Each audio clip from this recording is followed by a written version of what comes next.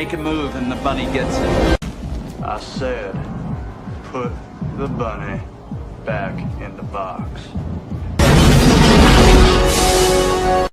Why couldn't you put the bunny back in the box?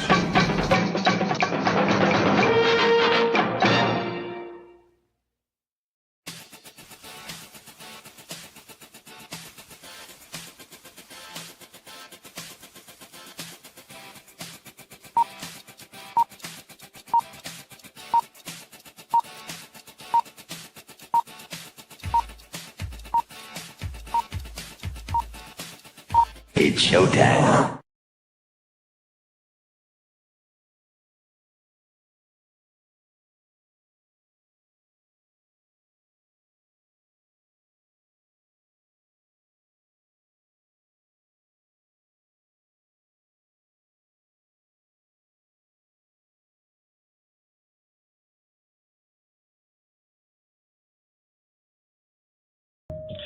Roar. Roar. Colonel Ironsides here. 200 years I stood in the gap, fighting those who would harm my country. It was my honor, my sacred duty, so help me God. 9 times they took my life. 9 times I stood back up and made them pay. The freedom fighter and I could handle anything, but someone betrayed me. I was ambushed, made mortal, rendered powerless, and retired. They passed an amendment that made me a civilian before I left the hospital. For 50 years, I watched my country change. Watched this work while erasing me from history. The day I quit my job, I powered up and discovered they lied about that too. I'll remind them of freedom. I'll remind them of duty. I'll remind them of their oaths and who they serve. I'll remind them while I'm shoving it down their throats.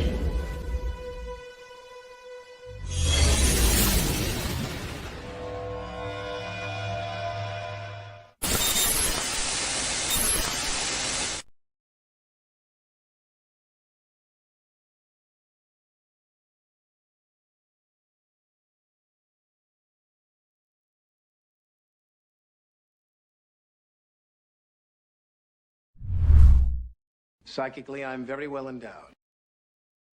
I want to know what you're thinking. There are some things you can't hide. I want to know what you're feeling. Tell me what's on your mind.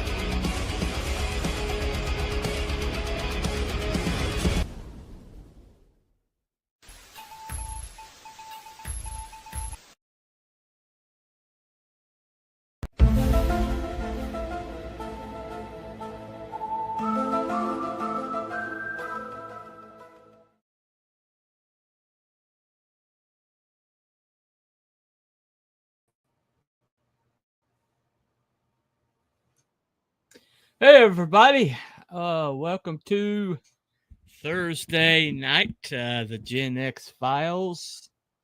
I'm a little bit rusty, so you'll have to excuse me. Plus, StreamYards is giving me echoes right now, and of something that should have already been playing, and so I don't have anything to go on right now that you can hear me. I did a sound check earlier.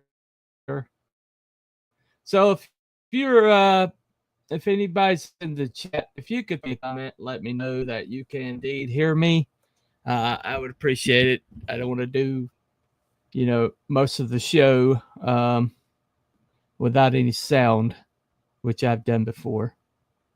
Right thing selected. Correct thing is selected. Okay. All right. All right. Well, as usual, I don't know if it's suppression or what, but nobody is watching, but it is all right. Anyway, going to talk about a subject that has come to mean a lot to me in the last week, and I think it's on a lot of people's minds because of the immensity of our losses here of late. I was looking at this Victor David Hansen uh, live stream, and the thumbnail was the title of it was unintentionally clickbaity because one of the person he was talking about Clint Eastwood, but he had R.I.P. beside of him, and I was like, oh crap, not Clint too, you know. But evidently he was just talking about the fact he's 95 years old, and he was talking about late night comedy R.I.P. and then there's a comma, except all I saw was Clint Eastwood R.I.P. And so I was like, oh crap, not another one, you know. So as you guys know, Ozzy Osbourne, Hulk Hogan, Luis Mangione, Malcolm Jamal Warner, and a few others that escaped me, but they're pretty significant, passed away in 1 week.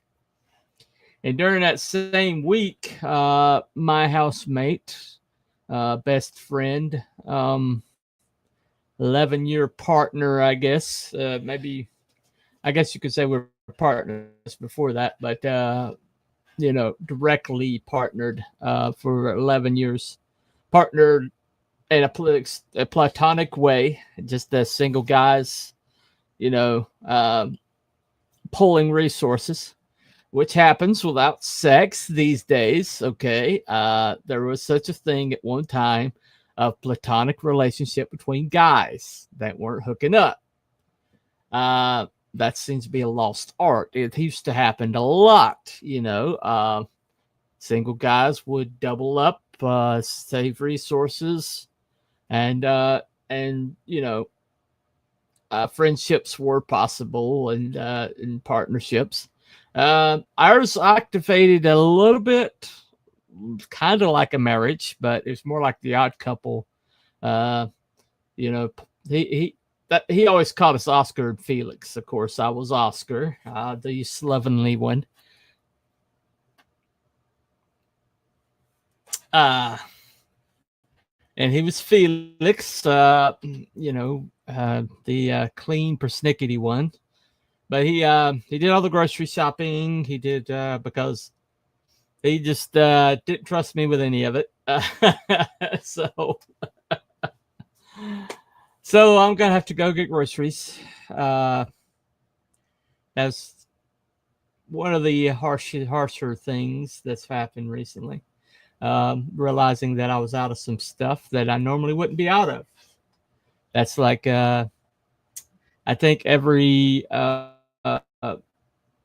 marriage partner that loses a spouse goes through this. He wasn't my spouse, and there's like no technical name for what we were, but it's very much like losing your partner, marriage partner, kind of like we didn't have any of the advantages. We were, you know, we kind of kidded once before, you know, the way deep, you know, they throw resources at gay couples that we kind of wish we were, so we could get some of the, you know, all the money, all the resources, all the advantages that get thrown the way of same-sex couples. And you know, it's entirely possible that not all of them were same-sex couples. I mean, Pete Buttigieg went all the way through college as a straight man, and then suddenly, when it became politically feasible, he's gay. And yep, and so they're like, oh, look at, you know, and so so suddenly he's like a presidential candidate, you know, mayor of Ohio town to presidential candidate. Not even a good mayor. And oh, let's just stick him in front, and let's stick him over the whole entire Department of Transportation. He's got potholes all in his city that he was the mayor of. Let's make him put him over transportation. Why? Because he's gay. Gay, right? And I mean, besides like adopting a kid, as you do if you're a gay couple, evidently, even if you're a pedophile. Oh, did I say the word? Oh, crap. Oh, demonetized, whatever. But anyway, even if you're that, basically, you can get a kid as long as you're, banging each other or claiming to bang each other. It's happened multiple times. Anyway, so we spent 11 years together, and no, we weren't gay couple. But I loved him like a brother. I mean, I loved him like I loved my own soul. David and Jonathan. They had that kind of relationship in the Bible, even though some people try to retcon it as gay. It was a straight relationship. But friendships used to run a lot deeper than we allow ourselves to these days. But we had one of those kind of old school friendships. But his legacy really was significant. I did his eulogy. Let me read you a bit of it because it's very pertinent to what we're doing here. I'm not going to read you the whole thing. It's like 2,500 words. But let me just read the last bit of it. So, how do you summarize Craig L. Davis? Let me get him up here so you can see him.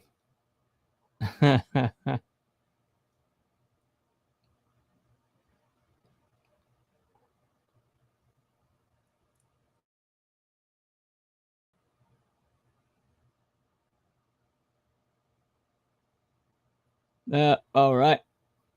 I should be popping up any second now.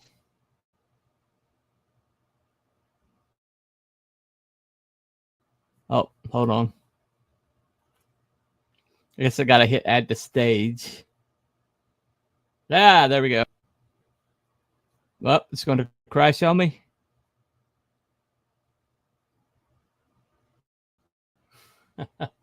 There he is. All right. Nope. And he's gone. All right. Let me try it again. Sorry, guys. Is it going to work this time?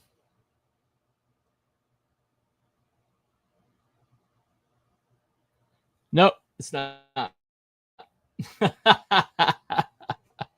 Well, anyway, let me read it anyway. So how do you summarize a Craig L. Davis? One of his last acts on earth was to sing songs to his nurses. Oh, and it's back. Okay.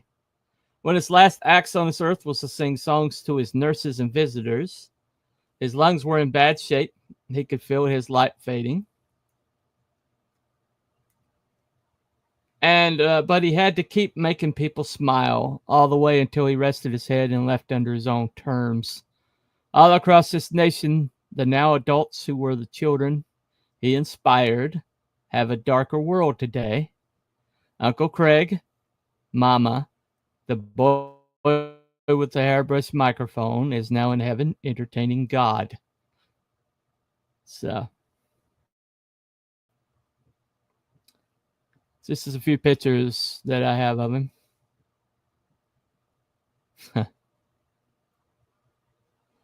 This is a favorite one. He was just painting on top of Brooklyn rooftop when he was young. Between shows, he got scruffy. That's what he said. He's evidently drunk as a skunk, cigarette in hand, but very bohemian. Very bohemian. This is him and his old sister Billy, oldest sister Billy, who was his mama, basically. Yeah. Okay. All right. That's enough. Anyway, went too far. But one thing about the reason why I'm going to talk about legacy here is because he ran something called First Stage Theater, and he ran First Stage Theater because he, when he was a little boy, he never had the opportunity to shine. So he kind of hid his, his light under a bushel. He was too shy, too in his own head. And he just honed his gift in quiet, in private or whatever. And then finally gets an opportunity, and he comes up and just absolutely nails the audition in front of everybody. And suddenly he's popular. Just like that. It's kind of a John Hughes kind of like, teenage thing that happened. But okay, you're saying it. Thank you, Frost. Appreciate it, dude. But he left such an impact on other people that I've been fielding like comments from people ever since on Facebook, where he made most of his contacts with his past, and people just absolutely heartbroken, and they all talk about how much that time he had at First Stage meant to them, and how he put them in their first play. He put them in they gave them their first shot. He gave them their first starring role, and how they went on to careers after that. Some of them went all the way to Broadway, and some of them went to television. Some of them were in movies. So this one man had such a huge impact all across this country. People he interacted with, like a guy that he was friends with down in Florida. Later put Something Rotten on Broadway. He was the producer of Something Rotten on Broadway. We won a bunch of Tonys. And, but that guy remembered him, right away when he contacted him, just to congratulate him. And he knew exactly who that was, and considered him a friend. And this guy who never quite made it to stardom, he was always more talented than a lot of people around him. He just did not get the shots. Even there was a scene in Sopranos where he was eating in the restaurant, and Tony was like doing one of the scenes, and but then they cut it. But he was always just like this far away from stardom. He was this far away, and but even then, he impacted people. He had a legacy. Okay, so this week, we're dealing with the loss of some pretty massive icons of Gen X. This is the Gen X Files. We talk about pop culture from the perspective of the generation that it was built for. And one of the icons that we lost was one Ozzy Osbourne. Now, the Ozman, the Prince of Darkness, all the names that he collected over the years. But he had this mythos about him. He had this really unique singing style. I've seen some vocal teachers kind of like, talk about it, but he was really compressed the way he sang, no vibrato, and it was all up in the front, and it's like his unique ability to cut through massive sound coming from behind him.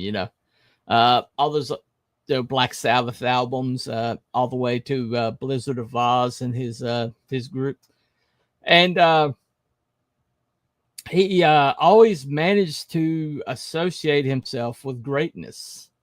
He always managed to wind up with the best musicians around him, like Randy Rhoads, R.I.P. And he just kind of like stumbled his way through. His wife kind of like was the brains of the operation. But one unique thing about Ozzy was that even though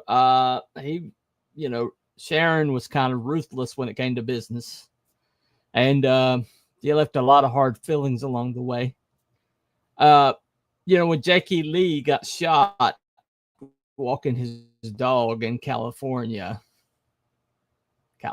right? Why are they still there? But when he got shot walking his dog, he hadn't talked to Ozzy in years. They had a dispute on attribution with some songs on Diary of the Madman, because Jackie maintains to this day that he wrote just as much as Ozzy did, and he never got credit for it. Well, he got cut out of royalties. He got cut out of credit, liner notes, and things like that.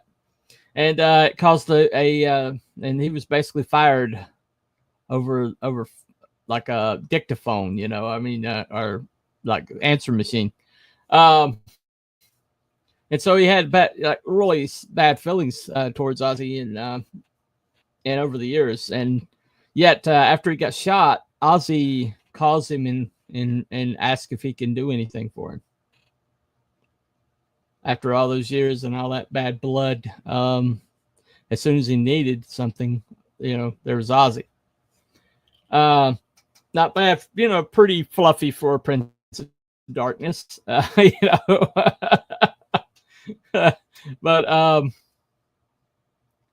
he just had this way of kind of like being, what's up, Wrangler? Good to see you, dude.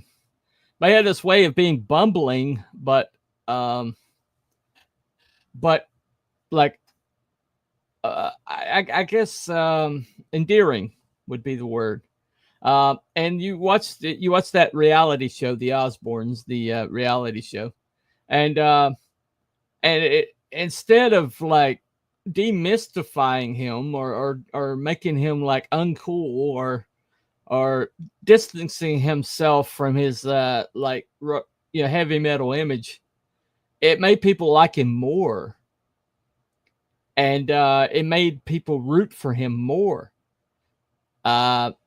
And that was really amazing to see, because usually the less we know about somebody, the more we like them. But in this case, the more people saw Ozzy, the more they were like they introduced to the real Ozzy, not the crazy heavy metal madman, king of the pirates, snorting lines of ants and biting the heads off of bats and doves.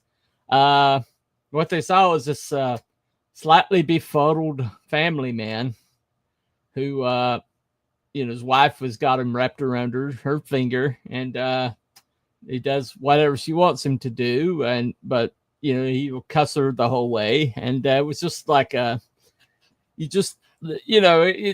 you didn't like him less, you liked him more. And that was just something amazing to see. And along the way, every time he saw somebody young, do his music, rather than, pull a Don Henley and try to suppress it or try to sue him or or try to, you know, get it taken down. Ozzy actually would write checks. And I got this clip. It'll probably get my channel taken down, but I don't care. Everything's a risk these days. But of these kids, they're called the Louisville Leopard Percussions, and they did a YouTube video of Crazy Train, and it's incredible. Look it up.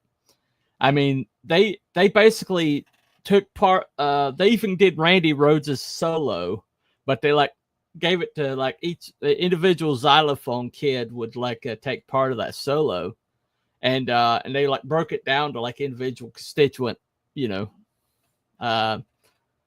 elements, and they would just play like a small part of it, but they focused in and they did this incredible job on that small part, and then they moved to the next one, and it just sounded really cohesive. It was amazing. Well, it kind of went viral. And then Ozzy saw it, and Ozzy, not only did he congratulate them on the actual page, but he cut them a check. Well, one of the shows after the Osbournes ended was Ozzy and Jack's World Tour, and that's his oldest son. They would like travel around and like experience things. Well, one of the things that they got together with the Louisville Leopard Percussion, and they put on a little show for Ozzy, and they play that clip. I might not play all of it, but as long as my channel stays up. If it gets taken down, hang out for about 5 minutes, and I'll be right back. What the f is this?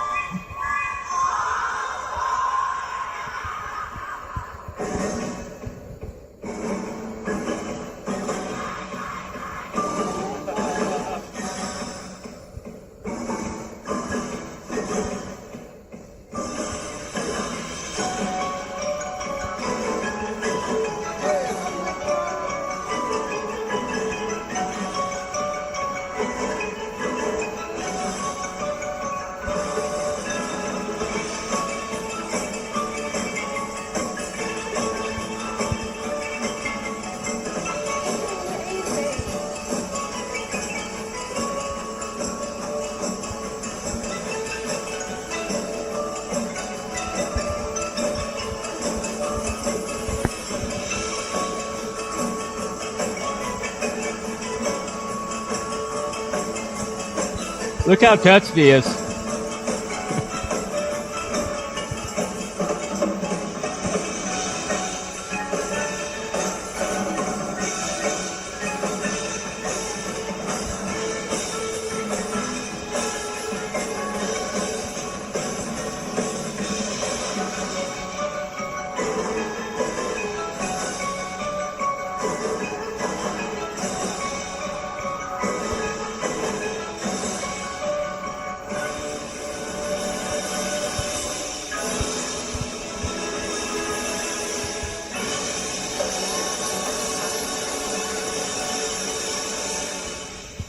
Thank you very much.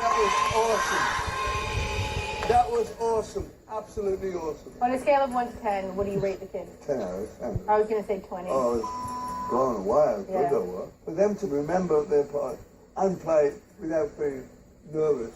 Hey, if I was them and the Beatles were in the audience, I'd have freaked out. And when they went, thank you, Ozzy, I was like, oh my God, I love you guys. You're so cute. I thought that was great. You guys are like the coolest kids I've seen in a long time. Could you sign a drum head for us? Yeah, Cool. absolutely.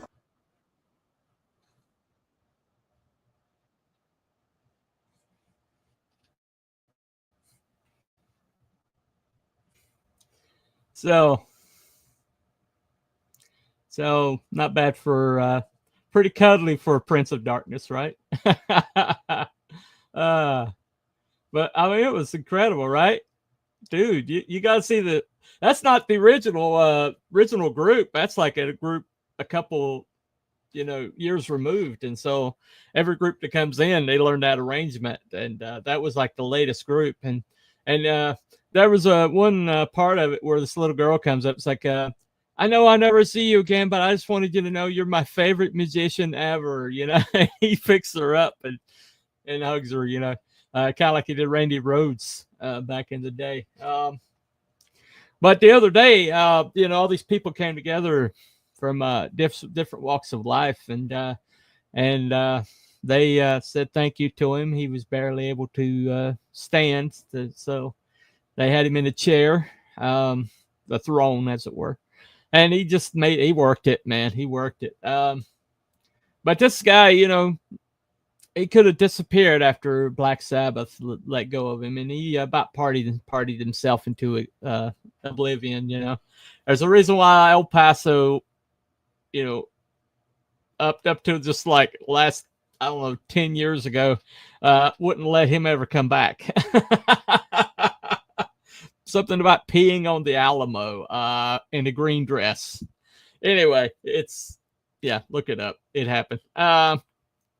But the thing about it is, was this, maybe he had his demons, maybe he had his problems. He went from Manchester poverty to being the most beloved rock and roll icon in the world for many years now. So I mean, this guy, the legacy that he left behind. I mean, look at those kids. I mean, those kids are going to remember that they played for Ozzy Osbourne, and he was that gracious, and that's going to have an impact down the road. I mean, meeting somebody that you say never meet your heroes, but every once in a while you meet your heroes, and you turn out they're just as cool as you ever thought they were. And in that case, everybody that's ever met Ozzy said he was cooler than they thought he would be.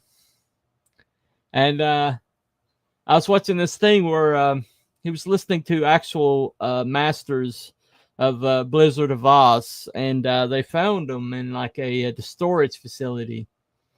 And he was listening to it, and they faded out everything but Randy Rhoads. And he had this moment where he's like, he died, and like nobody knows, but just reflecting. And there's this moment where Randy Rhoads breaks into his solo, and Ozzy jumped to his feet and kind of like, covered his mouth, and like it hit him like a bolt of lightning. After all these years, it still impacted him. He loved Randy so much, but somebody like that, and then we got somebody that a little bit more bombastic passed away. This gentleman right here. I am a real American, fight for the rights of every man. I am a real American, fight for what's right, fight for your life.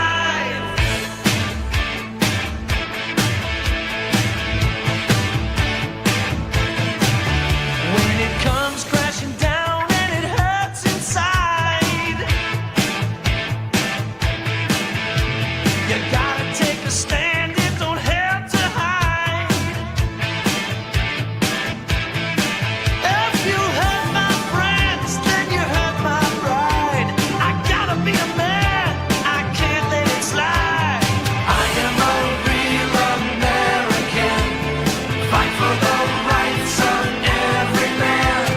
I am a real American, fight for what's right.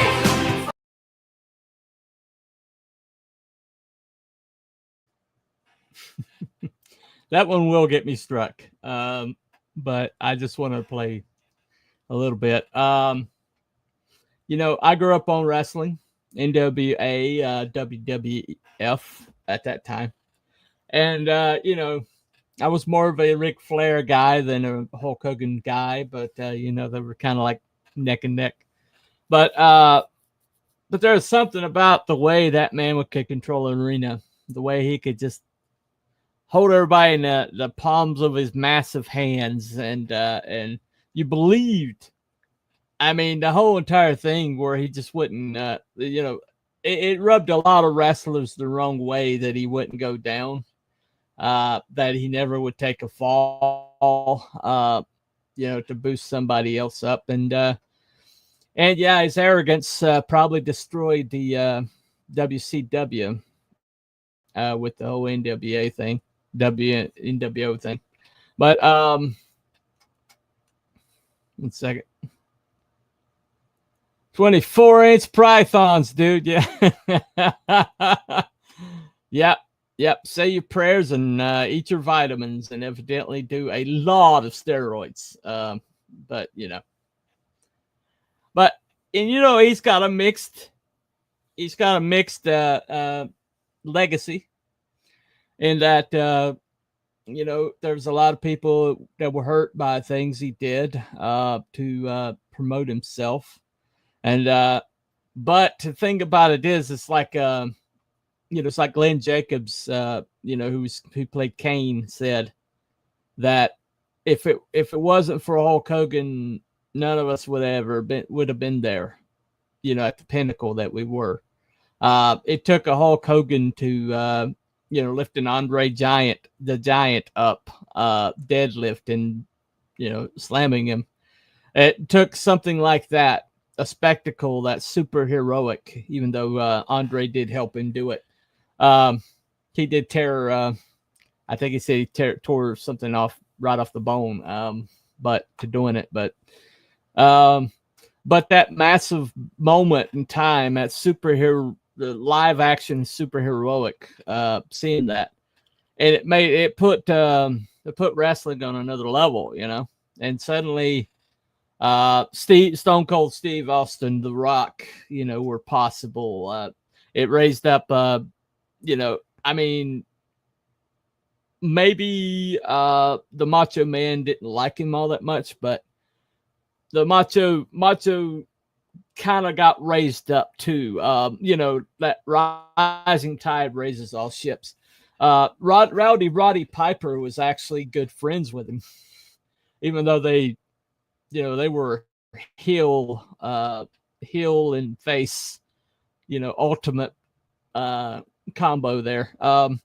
But Rowdy knew what Hulk represented. He represented money. He represented bank. He represented box office.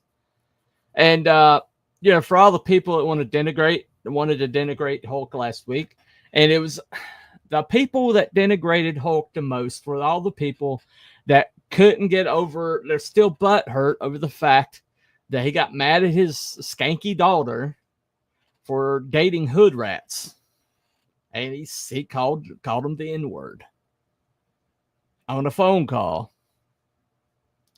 Got lost his temper and called him the N-word on a phone call, and everybody that wrestled with him that was black never had a problem with him, and he went and apologized to every single wrestler that he wrestled with that was black that he thought might have got hurt by that. And, Devon Dudley said so. That Coco Beware said so. Junkyard Dog. Everybody that was alive, I guess. I don't know if Junkyard Dog was alive by then. But he went to every one of them, and he's like, it was said in anger. It was, I was out of line. And mea culpa, and I want you to know that I'm really sorry that happened. But that doesn't matter. The fact he said it once means he's canceled forever. And that's to some people, that's his legacy. Doesn't matter all the career he had. Doesn't matter that he raised an entire art form on his shoulders. Doesn't matter. He cracked movies wide open for wrestlers to go through, and it's the reason why Dwayne Johnson has a career. Doesn't matter. What matters is the fact he uttered one word on a private phone call all these years earlier that his skanky wife, who divorced him to marry a younger man, one of her son's friends, and use that to get leverage in a divorce settlement. So, because of that, and then after that, you know, there was the whole Gawker thing where somebody used the sex tape, which I've never seen, never had any curiosity about. But so basically, you know, he destroyed Gawker because, you know, and a lot of people hated Gawker and hated all the like outlets that they were feeding into, and the fact he did that was like in his favor, you know. So you know, go Hulk, you know, I redeemed him somewhat in a lot of people's eyes. But that legacy, you know, all these years later, they're going to remember the Hulk Hogan because there was before Hulk Hogan, then there's after Hulk Hogan. And when you significantly change things downstream, people tend to whitewash all the good things all the bad things you did. Okay. You know, if you watch the Razor Fist breakdown of Abraham Lincoln, then you'll realize that Abraham Lincoln did a lot of shady stuff, and he did violate a lot of constitutional things, and he put media in jail and things like that. But because he did the one thing that we needed him to do, you know, he was a stand-up president when we needed one, reunited the Union, and you know, everybody's like, oh, he freed the slaves. He didn't free the slaves. He wanted to send them to Liberia. That's a proven fact. But because the slaves got freed while he was in office, or, you know, the 13th Amendment, I think it was. But because that happened while he was there, you know, his legacy is a positive one. He gets called, he's routinely at the top of best presidents ever. But the reason the Civil War happened is because a whole bunch of people saw him get elected and said, okay, we're out. And so he was the Trump of his era. He was not supposed to get elected, but he did. And he's the first out of this burgeoning party called the Republican Party to get elected. And then the Democrats were like, we're not going to get a fair shake for this guy. We might as well take our toys and go home. And that's why the Civil War started. It started because of Abraham Lincoln getting elected. But during the course of his presidency, the Civil War happened. The Union won. The Union was restored, and slavery got abolished. So, even though you know, he back then he was a very controversial president, it's all been whitewashed. You know, it's like FDR. You don't talk about shady crap. FDR did some shady stuff, man. You want to know? You know, all these people are talking about that Trump's creating a concentration camp. There's only one president in American history that ever created a concentration camp. FDR. Ask the Japanese Americans that he rounded up. Took them out of their homes, took them out of their shuttered their businesses, and shoved them into a concentration camp. That happened. American history. And yet FDR's got his own freaking museum in Washington. Because of the way his legacy's been curated. You know, because at the end of the day, he had a D by his name. You know, Nixon probably did more to help America when it comes to foreign policy than any other president before, and a lot of them since. But yet, because he got caught in one scandal that gave the Republicans a black eye, and the press supposedly brought him down, although we know that those two gentlemen are heavily involved with the CIA. But anyway, because of that, everybody talks about Watergate. They don't talk about Nixon in a positive terms, okay? And yet, the man had a great career, a great presidency going. He won by one of the largest margins in electoral history for a second term. And yet, because of things that he supposedly did, was never proven in a court of law. But, and as a matter of fact, there's things announced today that are 10 times worse than anything Nixon supposedly did, and never proven that he did. Never in a court of law was any of the allegations proven. He stepped down, to save the Union, because people were ready to fight for him, and it was going to tear the country apart. And so he stepped down. And so and it later turned out that Watergate turned out to be a CIA plot. It's come out since that Watergate was a CIA plot to get rid of Nixon. He was set up. But anyway, but his legacy has been handled differently. So FDR and Lincoln get the whitewash, get the monuments, get all the plaudits. But one supposed screw up that's never been proven in a court of law, and all we remember Nixon is Tricky Dick. Legacy is a strange thing. And it's usually it's usually handled by the people. Hey there, Bunny. Hey, yeah, indeed, CIA plot. Yep. And so basically, legacy is it's an interesting thing, and it's a very powerful thing.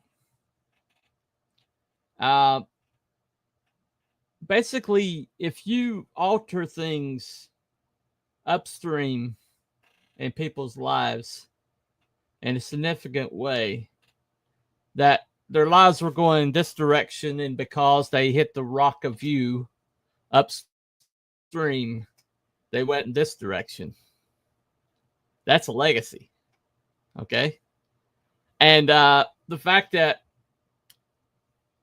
because of the flow of information that we have now, and because of people being so sick of cancel culture, now we're starting to have actual conversations about what's the true legacy. Maybe it's significant that FDR had, he had evidence before Pearl Harbor that the Japanese were heading towards Pearl Harbor with a massive force. He got that intel, and his own people spiked it. He knew ahead of time. Then Pearl Harbor happened. And then suddenly, it's a day that will live in infamy. And boom, we're in the war. Shall we talk about Woodrow Wilson and the Lusitania? Should we talk about that a little bit? Maybe. Oh, well, we'll talk about Woodrow Wilson's whitewashed reputation, right? And the fact that Calvin Coolidge probably had more significant impact on the future of America, and yet his legacy's been buried. People are like, Calvin who? Mount Rushmore. That was Calvin Coolidge. In fact, they liked him so much they wanted to put him up there alongside the other ones, and he refused. He didn't deserve to be up there, according to him. But Silent Cal, keep cool with Cal, with Coolidge, and people don't know who that is, and yet they know who Woodrow Wilson was. And when I was growing up in school, I got taught that Woodrow Wilson was like this aspirational figure who tried to do so much for our country, and he was thwarted every turn. And then he had a stroke because of the stress from people not letting him be in the League of Nations, which forerunner of the UN. And then, but I have never heard anybody talk about the fact that the Federal Reserve started under Woodrow Wilson, or the IRS started under Woodrow Wilson, or the FBI started under Woodrow Wilson. Nobody mentions that crap. Nobody.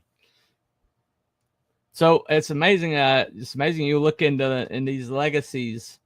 You know, like Ozzy Osbourne. You know, you talk to some people and they only want to talk about him biting the heads off of stuff, which he did when he and Sharon went to I think it was Capitol Records to pitch the first album, try to get a contract with them. She had him put doves in his pockets, and he had just been drinking like all morning long. And they go in there, and he releases the doves like she told him to, but he's so drunk that he winds up sitting on a secretary's lap. Okay, they like the music and everything's going well, and then this bird comes down and lands right there, and he just picks it up, bites the head off of the dove, and throws the carcass in one corner and spits the head out on the table, and everybody's puking and all upset. and they had the security escort him out. And that's the only time that he voluntarily bit the head off of anything his whole entire career. And it's like Alice Cooper. You know, one chicken came up on stage and he thought chickens could fly, so he tried to throw it out and it landed in the audience. They ripped it apart. And so he says, to this day, I'll show up at a venue all these years later, and they're like, "You're not gonna like kill a chicken on stage, are you? Because that's bad, you know." He's like, "Oh yeah." He's like, "Yeah, I'm not gonna kill no chickens, but Colonel Sanders can do it every day." But legacy's a weird thing. It's a weird thing. Woodrow Wilson helped form the IRS and Federal Reserve. Evil snake he was. Yeah. Yep. I think I just said that. That might have been an old comment. But anyway, so I mean, legacy is a strange thing, right? You know, Hulk Hogan, you know, icon. He comes out to RNC last year, and they say that the camera, you know, watching it from outside, just absolutely didn't do it justice. I mean, this man is like 68, 70 years old, something like that. And he comes out and rips his shirt off, and the place came unglued. Years and years and years, I mean, decades past his prime, and he still was able to move that crowd into a frenzy. He still had it. You know, he still had whatever that is. You know, and you just don't get rid of that. Hold on a second. Ozzy for the win. Yeah. Yeah. Well, he got the contract, so they must have been all right with it at some level. Of course, they're all cannibals anyway. They work in the record business, so that's probably not the worst thing they saw that week. But anyway, so think about it is, you know, we're talking about legacies, and we're talking about number 45 and now 47. Talking about his legacy. It's not going to be handled well. Doesn't matter what he does. I can tell you right now that he's going to get the Nixon treatment. He's going to get the Nixon treatment. And you know, some levels, the Reagan treatment, with the way they treat Reagan's legacy. But, you know, the thing about it is, and Obama is going to be the next Woodrow Wilson. I mean, the man did as much to destroy this country as Woodrow Wilson did back in the day. But in about a decade or two from now, the textbooks are going to be all up Obama's butt, and they're going to, and you know, Trump's going to be Hitler. That's the way it's going to go, because the people that write the textbooks are going to write the legacy. However, the internet is going to have a say. So we don't know.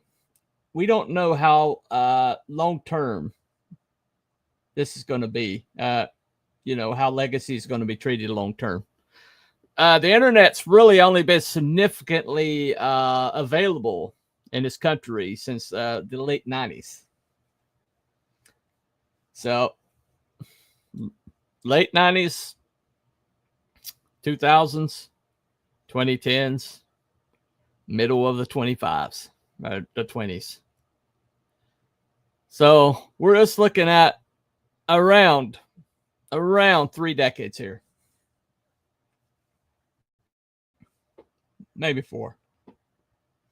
So we don't know how the internet's going to treat the legacies. We don't know how the free flow of information that's not curated, that's not like carefully prepackaged by Democratic operatives.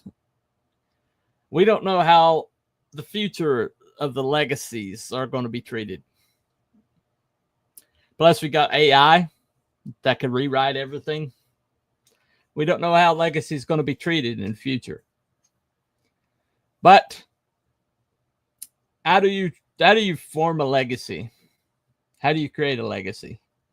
Well, the only way to do it is to be significant,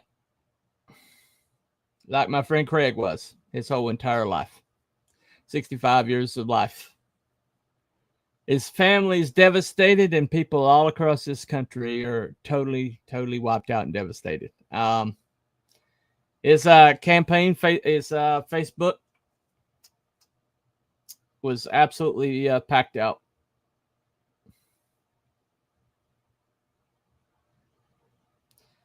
But his Facebook was completely just packed out. After I made the announcements and everything. And there was people from all over that were at the funeral. And this gentleman, who maybe not a household name, but people were influenced by him. People that you've seen on television, on movie screens, on Broadway, all across this country, were significantly impacted by Mr. Craig L. Davis. And you think I'm exaggerating? There's an actor on The Green Mile, significant actor, had a lot of lines, that was best friends with Craig. That's a movie you've heard of. And he's heartbroken today. There's something rotten that was on and there's a guy named Alicio Roman who came through First Stage Theater and was friends with Craig. Had been in multiple Broadway shows. There was the Paraguay guy in From the Heights. I think he reprised it in the movie. So we're not talking people you haven't heard or that you haven't seen. And they were all friends with Craig. And he significantly impacted their lives. Because he understood something about legacy. Is that if you aim to create legacy, if that's your aim, then nobody's going to remember you tomorrow.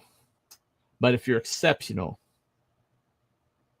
if you're the best that you can be in a situation, wherever you are, if you genuinely help people, if you genuinely do whatever you can to brighten other people's days and push them in the right direction and make them better versions of themselves, then it doesn't matter if your name's ever known.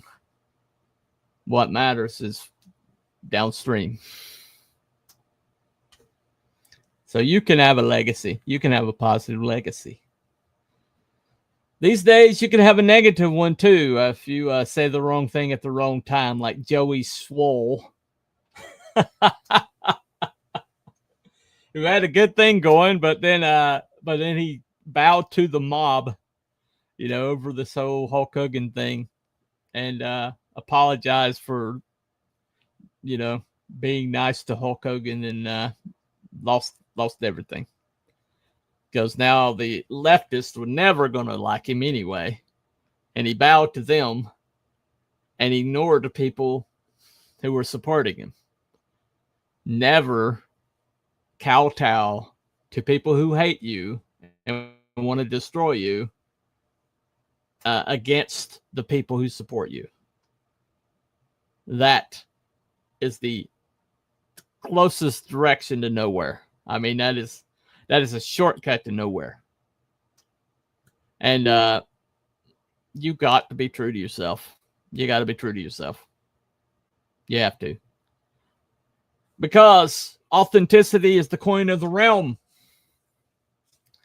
And when it comes to legacy, don't assume what you're told. Do some investigation. Is what I've been told about this person true? You might find that you've been lied to. A lot. Anyway, I hope that helps. I hope, that's going to be the last time I'll mention Craig. I'll mourn in peace. I won't be inflicting it on you guys anymore, but I had to wrap it up one last time. And R.I.P. buddy. I'll see you all next time.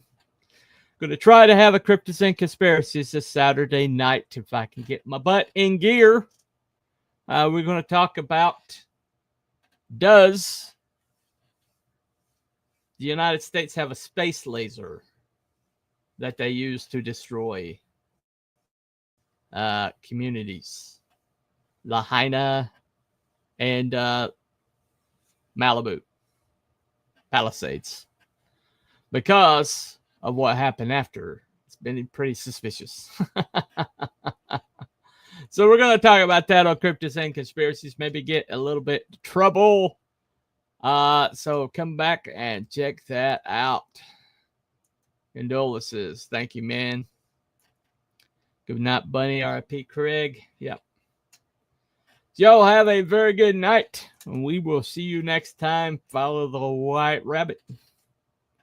R.I.P. Ozzy. R.I.P. Hulk. R.I.P. Mr. Mangione. R.I.P. Malcolm Jamal Warner. And R.I.P. Craig. It was a rough week. It's a rough week. Hope we don't have many more of those.